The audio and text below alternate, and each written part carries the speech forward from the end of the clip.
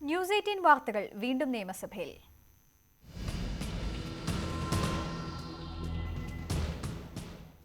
ശിരുവാണിയിൽ പുതിയ അണക്കെട്ടിന് പരിസ്ഥിതി ആഘാത പഠനം അനിവാര്യമെന്ന മുഖ്യമന്ത്രി. കോട്ടയം മൂഴിക്കൽ കോളനിയിലെ ആരോഗ്യ പ്രശ്നവും സഭയിലെത്തി.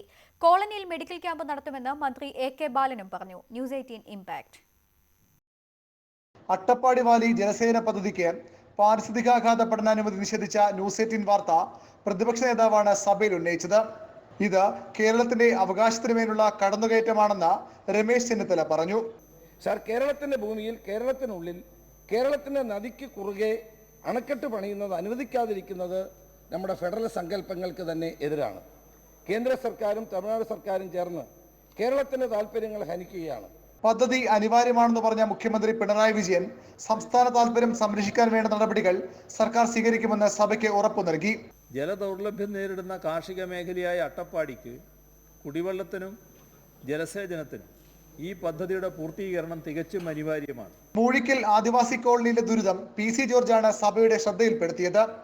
ന്യൂസ് 18 അത് പല പ്രാവശ്യം റിപ്പീറ്റ് ചെയ്യുന്നത് കാണാനും ഇടയായി. സാർ, ഒരു കുടുംബത്തിൽ 9 മക്കളാണ്. കുന്നേൽ ഗോപാലൻ എന്ന് പറയുന്ന ആദിവാസിയുടെ കുടുംബത്തിൽ 9 മക്കൾ. 9 മക്കൾ 7 പേർക്കും അപ്പനും ഈ രോഗം ചൊറിയിൽ രോഗം പിടിപെട്ടിരിക്കുകയാണ്. 4 കുട്ടികൾ ഉൾപ്പെടെ 6 പേർക്ക് രോഗം ബാധിച്ച വിവരം മന്ത്രി AK ബാലൻ സ്ഥിരീകരിച്ചു. കോളനിയിൽ വിദഗ്ധ ഡോക്ടർമാരെ പങ്കെടുപ്പിച്ച് മെഡിക്കൽ ക്യാമ്പ് നടത്തും. ഇതിൽ നല്ല ശ്രദ്ധ ഉണ്ടാകേണ്ടതായിട്ടുണ്ട്.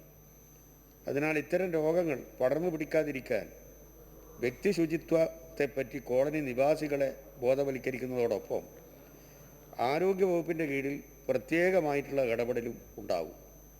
പട്ടികവർഗ വികസന വകുപ്പും ആരോഗ്യവകുപ്പും നടപടി സ്വീകരിക്കും. ആരോഗ്യവകുപ്പിലെ വിദഗ്ധ ഡോക്ടർമാർ അടങ്ങുന്ന ഒരു മെഡിക്കൽ ക്യാമ്പ് സംഘടിപ്പിച്ച് തുടർ ചികിത്സ ലഭ്യമാക്കുന്നതിനുള്ള നടപടിയും സ്വീകരിക്കും. വ്യക്തി ശുചിത്വം സംബന്ധിച്ച് ആദിവാസികൾക്ക് ബോധവത്കരണം നടത്തുമെന്നും മന്ത്രി വ്യക്തമാക്കി. ന്യൂസ് 18 തിരുവനന്തപുരം.